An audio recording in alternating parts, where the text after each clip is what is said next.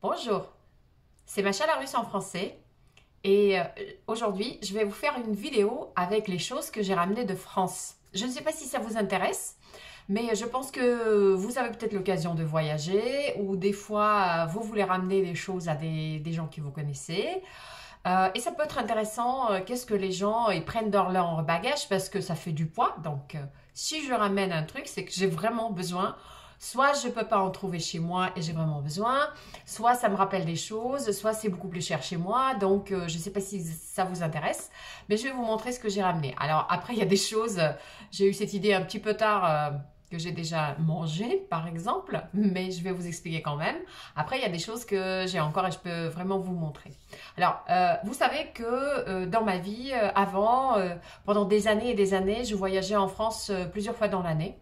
Mais après, à cause du le Covid et toute cette situation de confinement, des frontières fermées, je n'ai pas pu venir en France entre fin 2019 et voilà, là j'ai été en août 2022. Donc, j'ai ramené des choses dont j'avais vraiment besoin. Et comme je ne sais pas quand est-ce que je pourrais revenir en France, donc j'ai vraiment ramené des choses nécessaires. J'ai essayé de ramener des choses que j'ai besoin, que je ne trouve pas, et celles qui durent. Après, il y en a d'autres que, comme je vous ai dit, j'ai déjà mangé, que j'ai ramené quand même. Bon, alors, je vais vous expliquer qu'est-ce que j'ai ramené. Je vais vous montrer et expliquer pourquoi. Le pourquoi. Après, ça ne veut pas dire que tous les Russes auraient aimé avoir la même chose que moi. Surtout pas. Mais on est tous différents. On a tous notre histoire différente et des associations différentes. Alors, la première chose que je vais vous montrer, c'est quelque chose que je ne trouvais pas en Russie. Mais pas du tout. Parce que quand j'en avais plus, j'ai cherché, croyez-moi, j'ai cherché partout, j'ai cherché sur internet, partout, impossible de trouver quelque chose de similaire. J'ai trouvé un truc qui venait de Madagascar, super cher, et pas vraiment la même chose. Alors, c'est la fleur de sel. Alors, la fleur de sel, je ne peux plus m'en passer. C'est incroyable, mais c'est comme ça. Alors, la fleur de sel de Camargue, c'est celle que je préfère en France. J'aime bien aussi celles qui viennent de la côte atlantique, mais celle-ci, je la préfère quand même. Et j'ai voyagé l'année dernière en Grèce au mois d'octobre. Et j'étais super contente de retrouver de la fleur de sel en Grèce. En plus, c'était marqué en français dessus, donc je pense qu'ils la font plus pour des Français qui vivent en Grèce. Mais j'ai ramené quelques boîtes de là-bas. Ça n'a pas le même goût que la fleur de sel de Camargue. Mais ça m'a sauvé quand même et j'ai encore quelques boîtes. Donc j'ai encore quelques boîtes de Grèce et j'ai ramené 3 boîtes de fleurs de sel de France. Ensuite, la deuxième chose que j'ai ramenée, c'est ça. Alors, ça, c'est le savon liquide de Marseille. Celui-ci, il est à la lavande. Et je l'ai acheté sur le marché de Coustelet. J'ai payé 10 euros cette bouteille de 1 litre. Alors déjà, j'aime beaucoup la qualité, c'est purement naturel. C'est pas spécialement toujours la lavande que je choisis. Moi, je préfère soit la lavande, soit la verveine.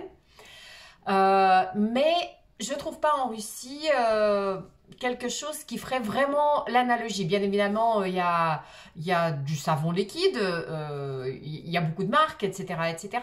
Mais je trouve pas. J'ai cherché ici du savon français un peu similaire. J'ai trouvé une marque qui était importée en Russie, mais ça coûte beaucoup plus cher. Alors j'ai ça. C'est une marque qui s'appelle La Corvette. Voilà. Mais ça, c'est un flacon de 500 millilitres qui coûte à peu près 25 euros. Tandis que le litre, je l'ai payé 10 euros au marché de Coustelet et ça me fait aussi le souvenir de mes vacances. Ensuite, pour finir le sujet des vacances, j'ai ramené ça. Ben, vous voyez, la boîte, la bouteille, elle reste fermée. Je ne l'ai pas ouverte. Ça, c'est le pastis. Ça, c'est un bon pastis, celui-là.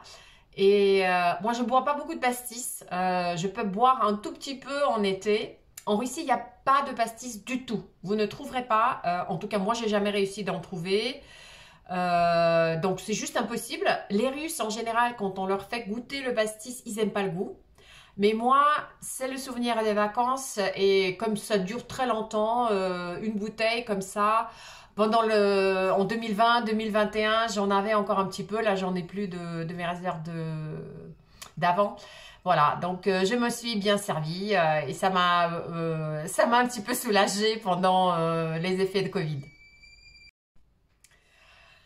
J'en profite pour vous montrer quand même la fleur de sel grecque. Peut-être que ça vous intéresse, que j'avais ramené de Grèce. Vous voyez, alors là, c'est un truc grec. Mais là, c'est marqué, je ne sais pas si vous voyez bien là en dessous, fleur de sel en français. Sinon, c'est un produit complètement grec. Mais on voit qu'ils se sont vraiment inspirés de ça quand ils ont créé leur produit. Alors, je ne serais pas étonnée si c'est un Français qui le fait en Grèce. Vraiment, je ne serais pas étonnée. La Provence, c'est aussi les olives. Et j'aime pas trop les olives. J'aime pas les olives épicées. J'aime les olives très nature. Et la seule variété d'olives que je mange avec un grand plaisir, j'en mange pas beaucoup, mais je mange avec un grand plaisir, c'est une variété qui s'appelle les Luc. J'en ai plus. Je les ai déjà mangées depuis le mois d'août. Là, je suis au mois de novembre. Je les ai pris au marché avec du liquide, je les ai ramenés ici, j'ai mangé par petites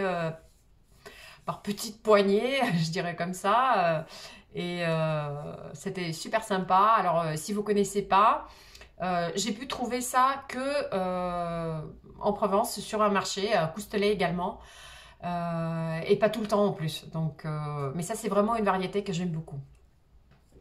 Ensuite, j'ai ramené, et j'en ai plus déjà, du saucisson sec, français, traditionnel. C'est du saucisson que j'ai acheté aussi au marché parce qu'il y a plus de choix de variétés. J'ai même ramené du saucisson pour faire des petits souvenirs, des petits cadeaux à mes amis. Et c'était très sympa parce que le saucisson sec français, comme en France, en Russie, il n'y a pas de production. Les Russes, en général, ils en mangent quand ils aiment bien le goût, mais c'est pas quelque chose qui est vraiment, vraiment recherché. Donc, jusqu'à aujourd'hui, il n'y a pas de production de ce type de saucisson. On a d'autres saucissons complètement différents sur le marché, mais ce saucisson traditionnel, classique français, il n'y en a pas. Moi, le goût, ça me rappelle également la France. C'est très, très, très français dans mon esprit. Donc, c'est des bons souvenirs aussi. Je voulais ramener des marrons glacés, mais j'en ai pas trouvé. Peut-être que parce que c'était en été, j'ai pas vraiment cherché beaucoup. J'étais dans un grand supermarché en Provence avant de partir, il y en avait pas. Au marché, il y en avait pas. Après, j'ai voyagé j'ai regardé un petit peu dans les petits magasins à la gare, à l'aéroport, mais il y en avait pas non plus. C'est peut-être vraiment pas la saison. Alors, les marrons glacés, je peux en trouver en Russie. Sur un site internet, ils en vendent. Mais j'achète pas parce que ça coûte, alors je vais vous dire ça, alors ça coûte, les 160 grammes, ça coûte 40 €. Donc, je pense que c'est quand même un peu exagéré et je peux m'en passer. Donc, j'en ai ramené de Grèce également. J'ai trouvé en Grèce à l'aéroport l'année dernière, mais il n'y en a plus. C'était en octobre l'année dernière, donc je les ai déjà mangés. Et il n'y en a plus. Et je ramène de France aussi un fromage. Je ne fais pas voyager les camemberts et tout ça. J'en mange en France, ça me suffit largement. Après, ici, je peux trouver des petits présidents, des petits camemberts présidents qui ne sont pas fabriqués en France, mais qui sont fabriqués par la marque Président ailleurs. Ça me suffit. Mais ce que je ne trouve pas ici, c'est leur fromage, le comté. J'aime le comté. Et j'aime les mentales aussi, mais surtout le comté, parce que les mentales, il y a des fromages similaires qu'on peut en trouver en Russie, mais le comté, pas du tout. Donc, j'avais ramené plusieurs morceaux, et il n'y a plus rien. Il n'y a plus rien. J'en ai pris quelques-uns, la date de péremption, c'était le mois de novembre, il n'y en a plus. Et j'ai ramené ça.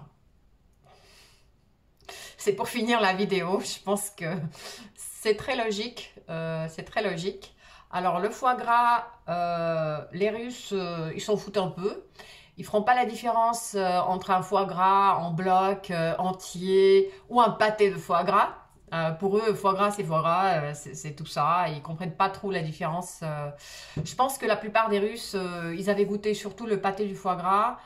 Et pour eux, ça fait un pâté comme les autres. Après, ceux qui ont voyagé, ils ont bien évidemment goûté. Mais bon,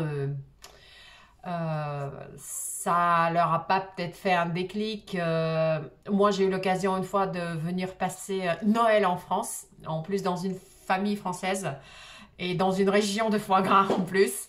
Donc là, j'ai vraiment été initiée au foie gras. Quand je suis rentrée, je peux vous dire que je ne pouvais pas en manger du tout, du tout. C'était plus possible parce qu'on m'avait offert en plus du foie gras. Donc les boîtes de foie gras, ils ont resté quelques temps au frigo avant d'être mangés. Mais là, maintenant, la cure de détox foie gras, elle est faite. Donc j'ai quand même pris une petite boîte. Voilà. En Russie, je pouvais en trouver. Là, j'ai vérifié, il n'y en a plus sur ce site où il y en avait. Ça coûtait, alors ça coûtait une petite boîte, je pense à peu près de la même taille que celle-ci, euh, ou plus petite peut-être que ça. Elle coûtait 55 euros. Donc après, je ne sais pas depuis quand elle est en Russie en plus. Donc j'ai préféré ramener ma petite boîte pour les fêtes de fin d'année. Je vais acheter une petite baguette dans une boulangerie française. Et ici à Moscou, qui est tenu par un Français, je pense que je vais aller chez lui. Et prendre un petit peu de beurre et manger une petite cure très très grasse, du beurre, du foie gras avec du pain. Mais bon, une fois par an, j'ai peut-être le droit. Voilà, dites-moi, qu'est-ce que vous vous ramenez de vos voyages et surtout des pays que vous visitez régulièrement, parce que ça c'est intéressant parce qu'on commence à avoir des préférences et dites-moi qu'est-ce que vous ramenez de vos voyages et voilà, j'ai partagé ça avec vous. J'espère que ça vous a plu et à très bientôt avec Marcha la Russe en français.